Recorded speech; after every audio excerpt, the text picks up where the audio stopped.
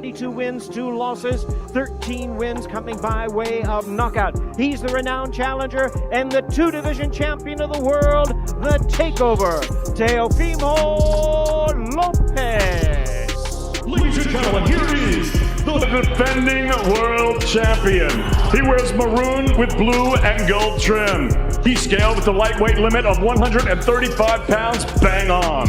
His professional record, also a perfect one. 16 fights, 16 victories, 12 of them coming by way of knockout. Hard-hitting Honduran 2016 Olympian is widely recognized as one of the best active fighters on the planet.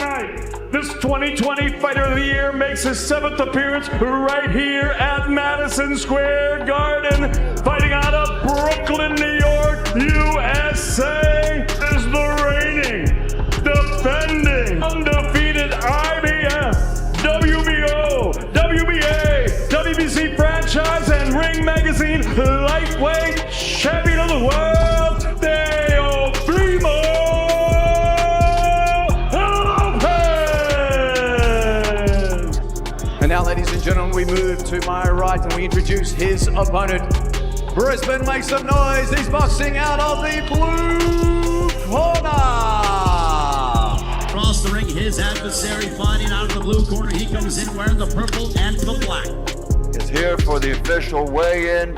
12 rounds of boxing in the welterweight division. Introducing first from Las Vegas, Nevada, USA. 16 fights, 13 wins by knockout, only 2 defeats. He's the former junior welterweight world champion, Rolly Romero.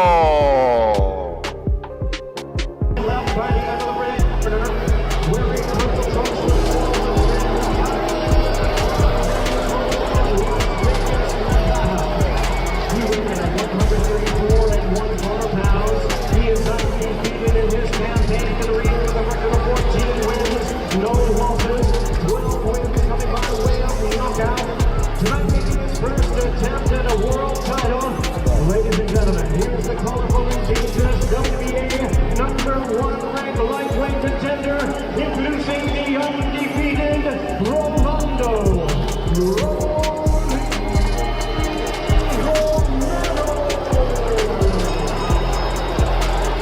The opening rounds of Teofimo Lopez versus Rolly Romero were tense, with both fighters refusing to rush into unnecessary exchanges. Teofimo tried to establish his jab early, using quick movement and sharp combinations to control the distance, while Rolly stayed patient, looking for opportunities to step inside and make his physical strength matter. Here in Brooklyn, New York, as Premier Boxing Champions presents the featured bout of the evening. As the rounds progressed, the pace began to change. Lopez started letting his hands go more frequently, mixing straight punches with quick counters whenever Romero overcommitted. Rolly, however, continued pressing forward, cutting off the ring and forcing Teofimo to work whenever he tried to escape. The middle rounds became increasingly competitive, with both fighters finding moments and neither willing to give the other complete control.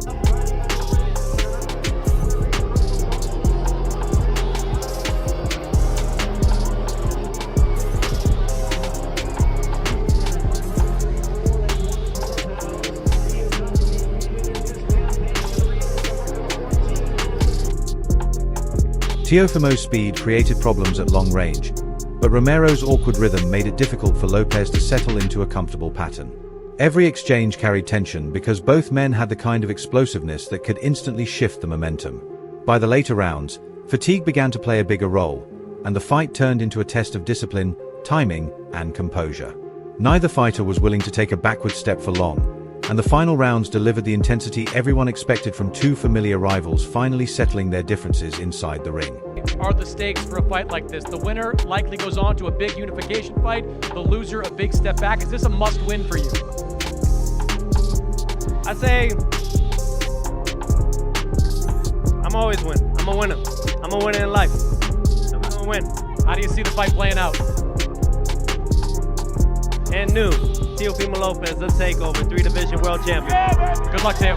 Teofimo's prediction may have been debated all week, But hearing him explain his mindset adds another layer to this matchup.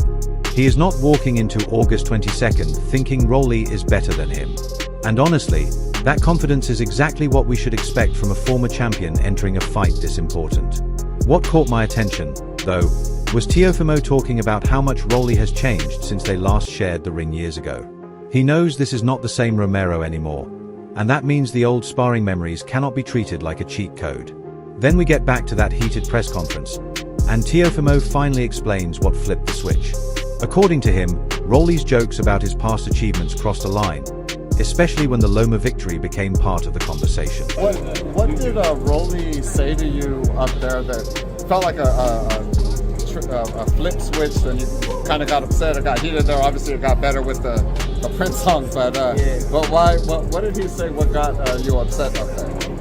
I think just the whole thing of like, I get it, it's jokes and everything. My son beats Lomachenko and everything, but you know, I don't think anyone has ever beaten Lomachenko the way we beat Lomachenko, and I think that we all could somewhat agree to that. So I just think that if you're making fun of something, you do it, you know, have everybody else do it. I think it's not something to make fun of. And then, of course, we get the Prince situation, which sounds like two old gym friends bringing years of inside jokes into a fight promotion. Boxing really is the only sport where you can go from discussing championship strategy to arguing over Prince songs in about 30 seconds. But underneath all that entertainment, Teofimo is serious about what happens when the bell rings. He expects a technical fight, believes his speed and movement will matter, and seems determined to prove that 147 is where we are going to see the best version of him. He even talks about entering his prime, which makes this fight feel bigger than a simple grudge match. Rolly wants to prove his Ryan Garcia victory was only the beginning, while Teofimo wants to remind everyone why his ceiling has always been so high. Now all that talk has one place to go, the ring. That we know each other very well, expect some technical fight in there in between the rounds, but also very dominant performance between the two. Teofimo. Your biggest wins against Loma and Josh Taylor, you exchanged with those guys, which, you know, both guys get hit if you're going to open up an exchange. How do you think you'll handle his punching power Saturday night? Well, look, even Richard Comey, you know, Richard Comey was the heaviest puncher at 135 in the lightweight division, and that was the first guy I came to for the world title. You know what I mean? And it's kind of like a full circle moment for me right now at 147. So it's just not get hit, really work on moving my head more than ever. And if he does land, fight on that mouthpiece. That's all we can do. That Teofimo interview had plenty of confidence. But Rolly Romero's reaction brings an entirely different flavor to this build-up because this man is clearly not interested in letting Teofimo control the narrative. Rolly immediately explains what actually bothered him during the heated exchange, saying it was the moment the friendship suddenly got dismissed. And you can tell that hit differently because these two have years of history behind them. Then the sparring conversation comes up, and Rolly basically says, yeah, Teofimo may have gotten the better of me in one session, but I got mine, too.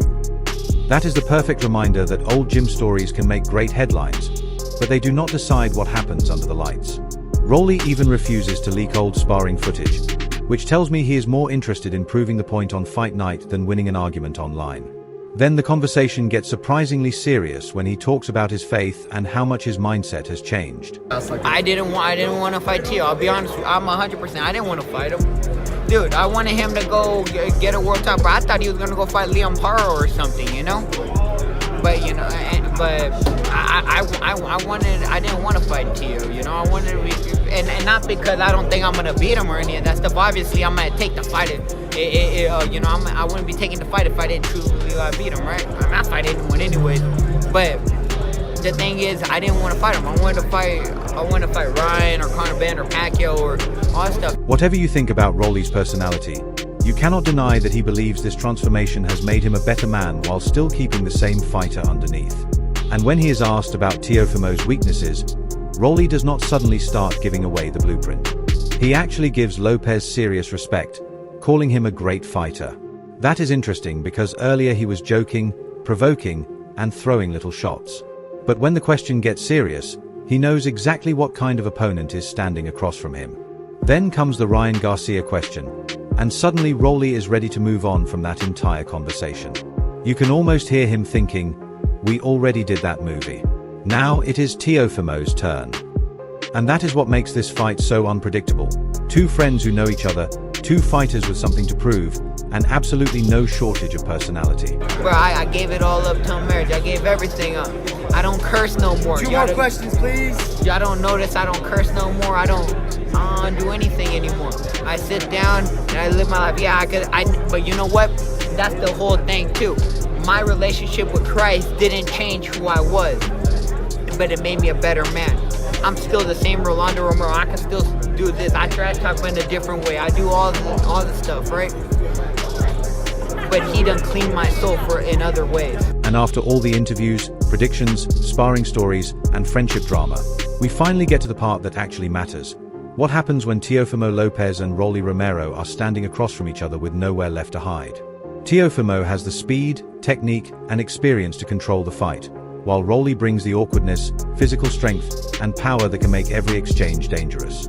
The big question is whether Lopez can stay disciplined for all 12 rounds, or whether Romero can turn the fight into the kind of uncomfortable battle where his pressure starts taking over. We have heard both men talk. We have heard the coaches break it down. And we have seen enough confidence from both sides to fill an entire arena. Now there are no more explanations, no more sparring stories, no more jokes, and definitely no more friendship excuses. August 22nd is where everything gets settled. So what do you think? Does Teofimo's skill and speed give him the edge, or does Rolly's power and unpredictability completely change the equation? Drop your thoughts in the comments and let us debate it. And do not ever forget to like, share, and subscribe to Boxing Headquarters. I will see you in the next one.